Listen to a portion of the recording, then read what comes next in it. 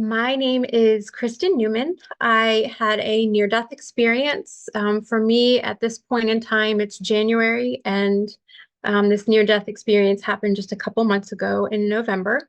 I have had heart issues, electrical issues, we know for at least approximately 20 years. And then in mid 2016, as kind of a little backstory, I had a spiritual awakening. Mediumship came up and all those different types of things. So I would talk to those that have passed in spirit, and they would always speak with me privately as well. So after I was done speaking with someone, they would tell me, Kristen, it doesn't hurt, and just different things. And I always thought that was very sweet of them to talk specifically to me. So not just people, but animals too. But on November 3rd, it's actually my husband's birthday. It's my husband's birthday, and he is normally gone in the morning. He leaves early for work. But he happened to stay home that day so we can spend the day together. And my daughter, our daughter, who is 21, was supposed to be up and out as well. And she decided, no, I'm going to sleep in. So she slept in that day. So both were home. I was feeling pretty good because with electrical issues, my heart rate goes really fast and I can get dizzy and nauseous and all these different feelings. But I was having one of my better mornings. I felt really good. I went into the shower and my husband was laying in bed. I had the door open. And when I went in the shower, I happened to be washing my face and there was no chance for me to take a breath. I couldn't speak. There was no help. There was nothing that I could mutter out. I just instinctively leaned against the wall in the shower. And in that instance, as soon as I leaned against the wall, my spirit came out of my crown, the top of my head, and I faced myself and I could see myself. I knew what was happening. I knew this is Kristen. I'm out of body. I knew exactly what was happening. And when I was looking at myself, I watched myself slide down and then fall over and hit my head on the marble tile of the bathroom. I could only see snippets. So my husband had said, well, whatever you did, you got the dog's attention. And he turned over and looked and saw me on the floor and ran over. I started turning blue. He screamed for my daughter, and he had to give me constant chest compressions to keep me alive because when he would stop, I would start turning blue again. But when I was in spirit and I watched myself fall, I couldn't see my husband. I could see me, and I saw myself turn purple. My husband said, you turned blue, then purple. Then I zoomed into my daughter's face, and she's just steadfast, just like her dad. She knew I have something to do. Let's get this done. And she was focused and strong. And then I zoomed into the ambulance where they were breathing for me. And then I pulled right out of my body, well, right out of the ambulance and into spirit. The first place I went to was with God, with Source. And it was the most amazing experience because I remember what it feels like to not have a body. I remember just there's no body. We're light. And I was just swirling around, what we would call dancing. And I was just swirling around and I was right in front of this huge ball of light that is Source. And the only way I can describe how Source looks, and I call God He just from my Catholic upbringing, but when you look at the sun or a sunset and you see this yellow, this beautiful warm yellow color, that's what God looked like. And he was so proud. I remember him saying, you did so wonderful. What a great job. And I was just so overjoyed and so overwhelmed with so much love. The amount of love that you feel, it's indescribable. Talking about, the love of your child or a spouse and family, a pet, all together. I mean, it's just the amount of love. I was amazing. And Source I remember feeling what it was like to be so light. And other than the fact that we don't have a body, there were no low vibrational emotions. There's no shame, there's no guilt, there's no anger, there's no nothing. There was just only love, only joy, this amazing, beautiful feeling. And I remember thinking, wow, the weight we carry as human beings. And that's what God was congratulating me about. And he said, I'm so proud of you. I'm so proud of everyone. When I was in that moment, I remember having, it's weird because it's your consciousness. It was like I was looking down, but we're light. So it's just your consciousness that looks down. And I would see these beams of light come onto me. I looked like the sun with all of these rays, but the rays were coming to me. And Source said, look down, and each ray of light is someone praying for you. And because I was intubated, and so it was approximately 20 hours that I was unresponsive, maybe 18 to 20 hours that I was unresponsive. I couldn't breathe on my own. So I had all of these people praying for me. And I can look, I don't remember, but I can look at the ray of lights. And God said, if you look at that ray, you can go right to that person. I could hear Kristen, Kristen, Kristen, Kristen. I can just hear it every time I looked at all the different rays of light, knowing that I had beautiful souls and loved ones praying for me. So when I was with God and had the conversation about how all is mind, how we really, the way that our thoughts are, what is inside is what's reflected outside. So really working on the self is such a way to transform and raise your consciousness.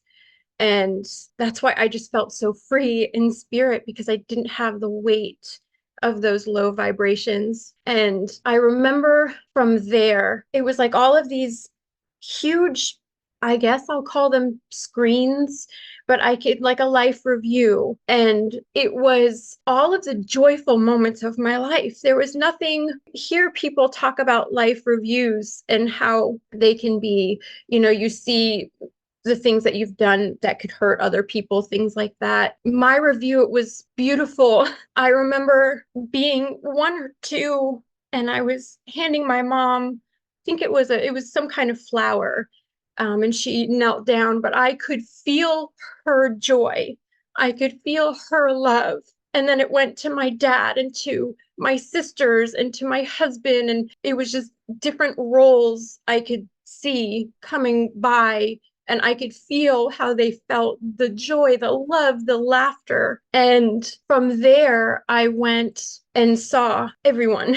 I saw guides that are with us, angels. Since birth, we are so very supported in this world, and they were all there. Family, everyone I've ever channeled was there. And there was a boy, a young man that I had channeled for a friend of mine that had passed maybe about 5-ish years ago. And I've channeled him many times. And he was right in the front. And he had this smirk, one side up higher than the other. And we embraced. And it was, hi, it's so nice. We were just so overjoyed to see one another, to see all of these animals that I've channeled, animals that have, passed in my life that I'm connected to. They were all there. And I remember seeing Jesus, and he looks just like, I was raised Catholic, so that's how I perceive what Jesus looks like, is in the Catholicism, in the Catholic religion. And he put his hand on my heart, what would be where my heart is. It just felt like the center of my being. And telepathically, he just said, I am, you are, we are. And I knew that it was the connection, the love that we all have for one another, and that we have such great power within us. We have this brain that tells us all the logical human things to do. The ego resides in there. But then we have this heart that is connected with spirit. That is the spirit brain, is the heart center. And it was just profound.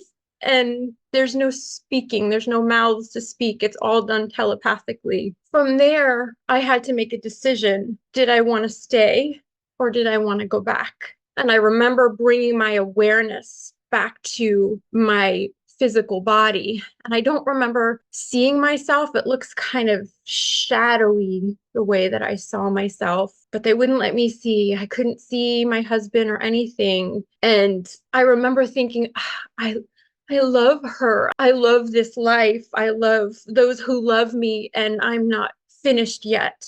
So as soon as I said that, it was like, okay, I had decisions to make and was making choices, contracts for the remainder of my life, different things to experience. I was able to take things off of the table, so to speak, and say, nope, we're not doing that. We're going to do this. We're going to make it, I remember we're going to make it good. So, but I don't remember what it is I took off or what it is I put on. But I remember being very excited about it. And I had the choice to do certain things. And when I chose to come back, and after that experience of making the new contracts and deciding what I was going to do in the remainder of my life, when I went back into body, I was back. Like they had to sedate me more in my physical body because I was back. I was ready to come back. And when I woke up, I couldn't remember more than 30 seconds. And then it was 2 minutes and maybe 10 minutes. So it took, I don't remember. I was in the hospital for 6 days total, but the first 4 days I really don't remember anything about because I was so sedated that it causes issues with memory. And when I had friends come in and they would ask me, what did you see? And everything, I remember my friend saying to me, everything I was just searching for. I couldn't think of, okay, when was my birthday? They would ask me all of these questions. They know that, my brain was working okay because I had hit my head. They put staples in my head and they would ask me questions. And she said, everything you could see like my eyes moving around because I was trying to find words and answers. But when my friend's husband said, Kristen, what did you see? There was no question. And I was able to just say I was with God. I saw loved ones.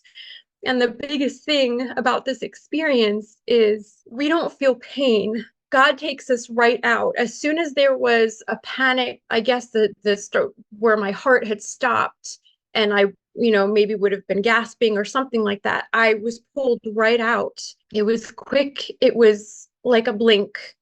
And being able to see there's no time. There's just I saw a few things here and then went with spirit, and we're always connected to those that have passed. Animals, loved ones, friends, everything. They're all around us. Guides, angels, guardian angels, whatever you want to call them, to experience before my near death. Channeling and doing mediumship was one level, but then to experience it from the other side was so profound. Everything my guides have told me about being loved and being so supported. Everything that when I would channel loved ones, my own loved ones, animals that have passed, and loved ones of others, have always said, we experience life through you and with you. And, show us amazing, show us happy and joy. We're right there with you. It's just learning to experience your loved ones in a different way when they pass, because energy never dies. We're just in this human body for a short while. And when we pass, our energy moves outside of this shell we call a body, and we don't die. And it's all about love and connection and learning how to connect with your loved ones and see those signs and God winks, I call them, or synchronicities. They'll give you signs, your loved ones, especially if you play with them and you ask, can you show me a cardinal?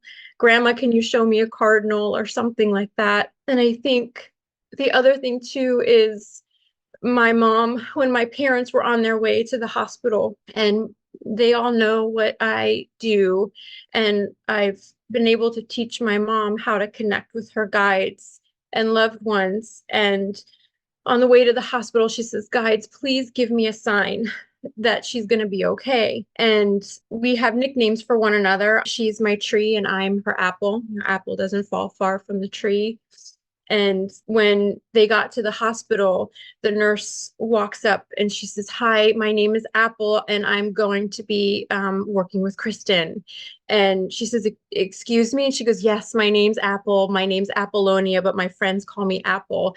And that was the sign.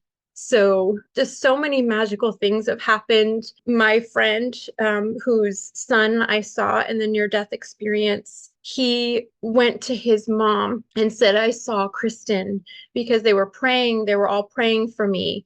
And her son came forward and said, "I saw Kristen," and we embraced. And when I was back a few weeks after I got out of the hospital and I had defibrillator surgery and everything, I had messaged her and said, "I saw your son on the other side. This is what his smile looked like." And we embraced. And she goes, "Kristen, that's exactly the smile that he would make, is this little smirk." And he went to her, because she's a medium as well. He went to her to tell her, "I was with Kristen. I saw Kristen." So it was being able to validate one another, and it was a magical experience. I don't remember the trauma aspect, only recovering. I remember just being sore, hard to breathe. I had to work on breathing for a few days, but man, when I was back, I was back. And it was just profound for me, this experience. So for my family to have such trauma seeing me in that state, I had this amazing euphoric experience, and it just validated so much in my life.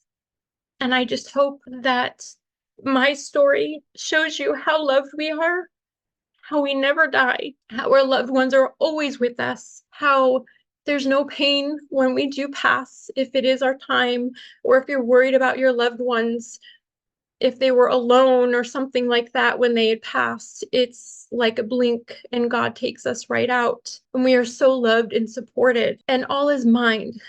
We have so much more control than we think. And it's about going to that heart space and allowing that spirit brain to come out more, so you can experience hearing guides, hearing loved ones, and having this sense of peace and calm in your life, and just knowing that everything's going to be okay. And it can truly be amazing and magical.